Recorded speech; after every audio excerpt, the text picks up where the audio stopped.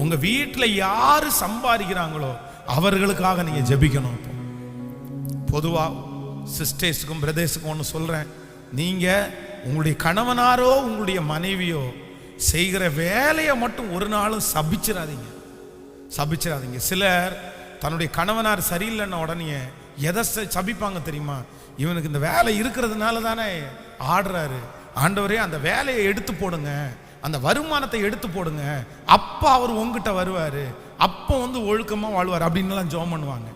ஆனால் ஒன்று நினச்சிக்கோங்க, அந்த வருமானத்தில் தான் நம்ம சாப்பிட்றோம், அந்த வருமானத்தில் தான் நம்ம உடுத்துறோம். அவர் கெட்டவர், ஆண்டவர் தொடுங்கன்னு ஜெபம் பண்ணுவோம், நீங்கள் மாற்றுங்கன்னு ஜெபம் பண்ணுங்க.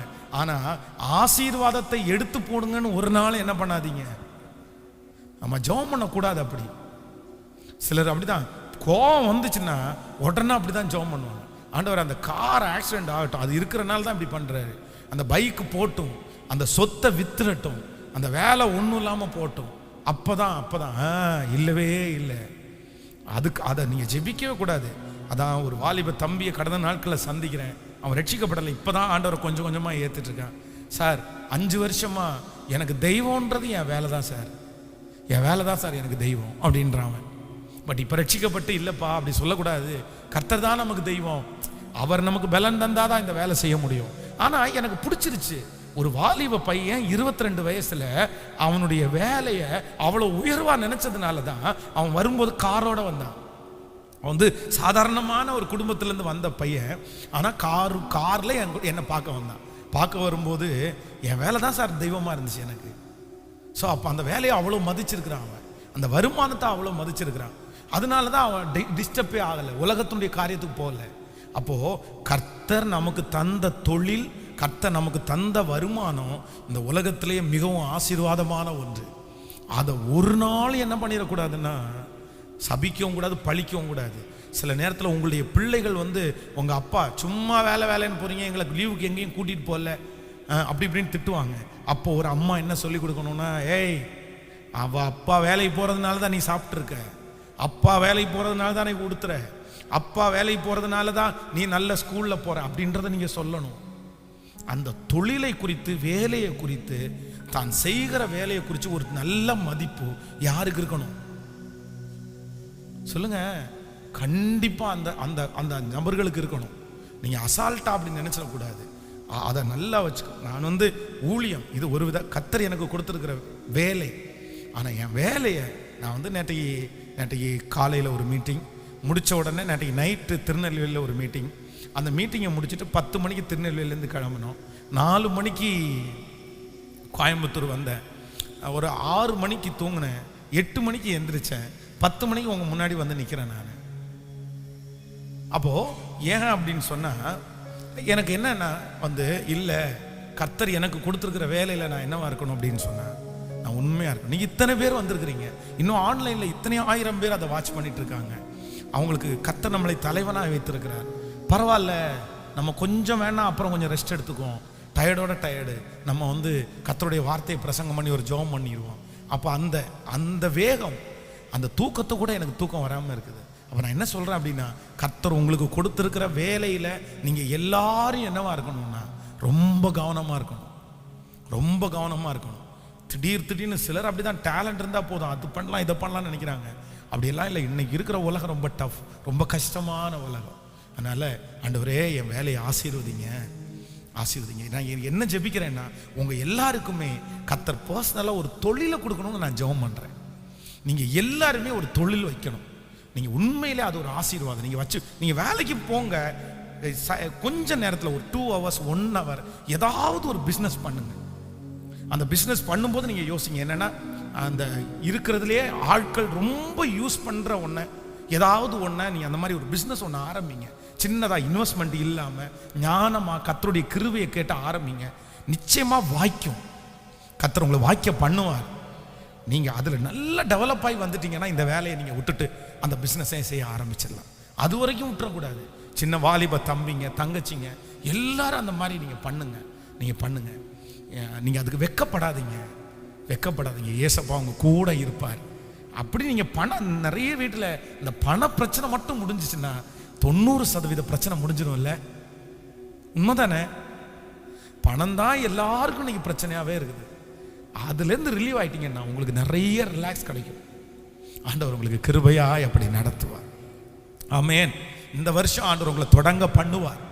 இந்த வருஷம் உங்களுடைய கரங்களை கர்த்தர் ஆசீர்வதிப்பார். எல்லாரும் இப்போ ஒரு 4 minutes 5 minutes கொடுக்குறேன். இந்த நிமிஷத்தில் சிஸ்டர்ஸ் எல்லாருமே உங்களுடைய கணவனாருடைய தொழிலுக்காக வேலைக்காக ஜெபிங்க. பிரதர்ஸும் அப்படிதான், உங்களுடைய வேலைகளுக்காக ஜெபிங்க, உங்கள் தொழிலுக்காய் வருமானத்திற்காக ஜெபிக்கலாம். தயவு செய்து நீங்கள் ஏதாவது ஒன்று பண்ணுங்க, ஏதாவது ஒன்று பண்ணுங்க. உங்களுக்கு கோடி ரூபாய் இருந்தால் கூட நீங்கள் கண்டிப்பாக மாதம் மாதம் நீங்கள் ஒரு தொழில் பண்ணணும், ஒரு வேலை செய்யணும். எனக்கு பணம் இருக்குது, எனக்கு நான் இதுக்கு வேலைக்கு போகணும் அப்படின்னு நினைக்காதீங்க. வேலை செய்கிறது ஒரு பெரிய ஆசீர்வாதம். விசுவாசிக்கிறீங்களா? எது ஆசீர்வாதம்? வேலை செய்கிறது ஒரு ஆசீர்வாதம். இங்கே இருக்கிற அம்மா அப்பா எல்லாருக்கும் நான் சொல்கிறேன், நான் செட்டில் ஆயிரணும், நான் அமைதியாக ஒரு இடத்துல வேலை செய்யாமல் உட்காரணும்னு நினைக்காதீங்க. நீங்கள் சாகிற வரைக்கும் வேலை செய்யணும்னு ஜெபம் பண்ணுங்க. எத்தனை பேர் ஆமோதிக்கிறீங்க? ஆண்டவர் அந்த பெலனை உங்களுக்கு தரட்டும். நீங்கள் பெலன் இருக்கிற வரைக்கும் கர்த்தர் உங்களுக்கு அதை செய்ய வைப்பார். எல்லாரும் ஒரு 2-3 நிமிஷம், ஆண்டவரே என் கணவனார சபிச்சேன், தப்பு தான் ஆண்டவரே. என் பிள்ளைய சபிச்சேன், நீ வேலை வேலைன்னு ஓடுற, அதனால தான் நீ சர்ச்சுக்கு வர மாட்டேன், அந்த வேலையை கர்த்தர் உன்னை விட்டு எடுக்கணும் அப்படின்னு நான் ஜெபம் பண்ணேன். மன்னிச்சிருங்க ஆண்டவரே, தப்பு தான் ஆண்டவரே. இல்லை ஆண்டவரே, நீங்கள் கொடுத்த வேலை அது ஆசீர்வாதமாக இருக்கணும், அதில் நல்லா இருக்கணும். இந்த வருஷம் ஒரு பெரிய வெற்றியை நான் பார்க்கணும். நீங்கள் சொல்லி ஜெபம் பண்ணுங்க. உங்கள் கணவனாருடைய வேலையை மனசார ஆசீர்வதிங்க, உங்கள் மனைவியினுடைய வேலையை ஆசீர்வதிங்க, உங்கள் பிள்ளையினுடைய வேலையை ஆசீர்வதிங்க. சொல்லுங்க, ஏதாவது ஒரு பிள்ளை, உங்கள் பிள்ளையில ஒரு பிள்ளை ரொம்ப கஷ்டப்பட்டுட்டு இருக்கலாம். ஐயோ, அந்த பிள்ளை படாத பாடுபட்டு வெயில் மழை இதிலெல்லாம் பாடுபடலாம், ஆனால் அந்த பிள்ளையினுடைய கையில் ஒரு சம்பாத்தியம் நிற்காம இருக்கலாம். ஆனால் நீங்கள் ஜெபிங்க, ஏசப்பா என் பிள்ளை இவ்வளோ கஷ்டப்பட்டு உழைக்கிறானே, என் பிள்ளையினுடைய சம்பாத்தியம் ஆசீர்வதிக்கப்படட்டும், அவன் சமாதானமாக வாழணும், அவனுடைய கடனெல்லாம் மாற்றப்படணும், அவனுடைய கையின் பிரயாசம் ஆசீர்வதிக்கப்படணும். ஹல்லேலூயா. நீங்கள் ஜெபிக்கிற ஜெபத்தை கர்த்தர் கேட்கிறார். ஸ்பெஷலாக சகோதரிகள் ஜெபிக்கிற ஜெபத்தை கர்த்தர் கேட்குறாரு. ஆண்டவரே என் கணவனாருக்கு அந்த ஒர்க்கில் நல்ல கான்சன்ட்ரேஷனை கொடுங்க ஆண்டவரே, நல்ல வேகத்தை கொடுங்க ஆண்டவரே, நல்ல ஞானத்தை கொடுங்க ஆண்டவரே. அப்பா என் கணவனாருக்கு நீங்கள் கூட இருங்க ஆண்டவரே. அப்படியெல்லாம் நீங்கள் சொல்லி சொல்லி எங்கள் பிள்ளையோட கூட இருங்கப்பா. ஸ்தோத்திரம் ஆண்டவரே. ஆபத்துக்கள் வரக்கூடாது, மேனேஜர் அவரை திட்டக்கூடாது ஆண்டவரே, எந்த இடத்துலையும் என் கணவனார் கை கட்டி நிற்கக்கூடாது, அவர் எது செஞ்சாலும் நல்லா வரணும். இதெல்லாம் சொல்லி சொல்லி சொல்லி ஜெபம் பண்ணுங்க பார்க்கலாம். கூட வேலை செய்கிறவங்க எத்தனை பேர் பொறாமையில் இருக்காங்க. ஆண்டவரே என் கணவனார் மேலே பொறாமைப்படுறவங்கள ஆண்டவரே இல்லைப்பா எடுத்துருங்கப்பா, எங்கள் கணவனாருக்கு சமாதானமாக வேலை செய்யணும், அவர் நல்ல பலத்தோட வேலை செய்யணும், அவங்களுக்கு அது கஷ்டமாக இருக்கக்கூடாது. சிலருடைய கணவனார், சிலருடைய பிள்ளைகள், சிலருடைய மனைவியெல்லாம் ரொம்ப உயரத்தில் வேலை செய்வாங்க, ஆபத்தான இடம், அதான் கரணம் தப்புனா மரணம்னு வாங்கல, அந்த மாதிரி இடத்துல வேலை செய்வாங்க. கர்த்தர் அவங்கள காப்பாற்றணும், காப்பாற்றணும். சிலருடைய கணவனாரெல்லாம் பார்த்தீங்கன்னா வெயிலையே வேலை செய்வாங்க, காலையிலிருந்து சாயந்தரம் வரைக்கும் அந்த மனுஷன் வெயிலையே கிடப்பாரு. அப்படியே அந்த வெயில் அவர் மேலே அடிச்சுட்டே இருக்கும், குடிக்க தண்ணி கூட கொடுக்க மாட்டாங்க. இந்த பெயிண்டிங் எல்லாம் பண்ணுறவங்கள பார்த்தீங்கன்னா அவ்வளோ உயரத்தில் கயிறை கட்டி அப்படியே தொங்கிட்டு இருப்பாங்க பாருங்க. அவங்களெல்லாம் நினச்சி உங்கள் கணவனுடைய வேலையை கொஞ்சம் உங்களுக்கு முன்னாடி கொண்டு வாங்க, உங்கள் பிள்ளைகளுடைய வேலையை அப்படியே முன்னாடி கொண்டு வாங்க. கண்டிப்பாக நம்ம அழுக தான் வரும். அவ்வளவு ஏச்சு, அவ்வளவு பேச்சு, அவ்வளவு டென்ஷன், ராத்திரி பகலாக உழைக்கிறாங்களே ராஜா ராஜா. அவங்க கையை ஆசீர்வதிங்கப்பா, அவங்க கையை ஆசீர்வதிங்கப்பா. ராத்திரி பகலா அலைஞ்சிட்டே கிடக்கிறாரு. எத்தனை டிராவல், எங்க அவர் நல்ல ஒரு ஹோட்டலில் கூட சாப்பிட்றது இல்லை, எங்கேயாவது ரோட்டோர ஹோட்டலில் கம்மியான விலையில் சாப்பிட்டு அப்படி தான் வர்றாங்க. தண்ணி பைப்பு தண்ணியை வாங்கி குடிச்சிட்டு. ஸ்தோத்திரம் ஸ்தோத்திரம் ஸ்தோத்திரம் ஸ்தோத்திரம் ஸ்தோத்திரம் ஸ்தோத்திரம் ஸ்தோத்திரம். குடும்பத்துக்காக அல்லவோ அந்த மனுஷன் அவ்வளோ பாடுபடுறார், வீட்டுக்காக அல்லவோ அந்த மனுஷன் அவ்வளோ பாடுபடுறார். அப்பா அப்பா அப்பா அனுகூலம் செய்யுங்க ஆண்டவரே, என் கணவனாருக்கு ஒரு அனுகூலம் செய்யுங்க ஆண்டவரே, என் பிள்ளைக்கு ஒரு அனுகூலம் செய்யுங்க ஆண்டவரே, அவருடைய வேலையில் ஒரு அனுகிரகம் செய்யுங்க ஆண்டவரே. யாரெல்லாம் வேலை இல்லாமல் பாடுபடுறாங்களோ, எனக்கு ஒரு நல்ல வேலை கிடைக்காதான்னு ஆண்டவரே அலைஞ்சிட்டு இருக்கிற வாலிப தம்பிங்களை தங்கச்சிகளுக்காய் இப்போ நான் திறப்பில் நிற்கிறேன், உங்கள் ஊழியக்காரனாக நான் திறப்பில் நிற்கிறேன்.